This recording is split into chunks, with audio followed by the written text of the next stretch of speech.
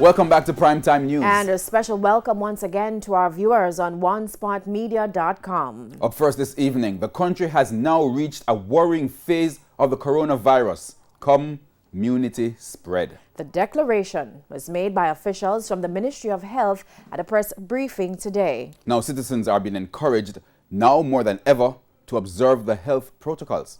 Anthony Lugg has the details.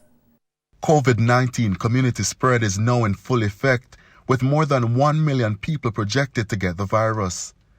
In recent weeks, the number of confirmed cases have climbed significantly, so it wasn't surprising when Chief Medical Officer Dr. Jacqueline Besesa-McKenzie said this at a press conference on Friday. The technical team at the ministry, we have been monitoring this situation very closely, and over last weekend, just 3 to 4 days ago, we went through the data, did the analysis, and based on what we were seeing, this was in fact suggesting that we are in fact going into community transmission. Community transmission means that persons are now contracting the virus without any link to a confirmed case. Very quickly, our numbers have climbed, and the positivity rate, which is, again is a number of positive tests that we're getting coming out as a percentage of the number of tests that we do, we have seen at the end of last week that there has been a dramatic increase. This has prompted the ministry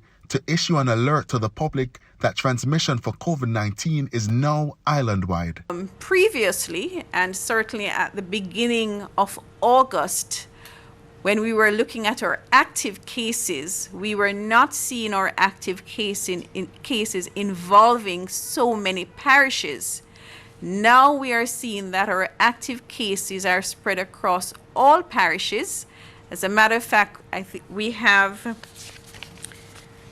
783 communities island-wide, and we have active cases in 311 of these communities. Up to September 3, the total number of confirmed cases stood at 2,896. 242 have been classified as local transmission, while 1,300 are under investigation. Meanwhile, Health Minister Dr. Christopher Tufton is warning against panic. Sufficient for persons to know how to respond, know what their role is, not to create greater uncertainty or fear, because the truth is the best way to deal with this is for us to manage the process.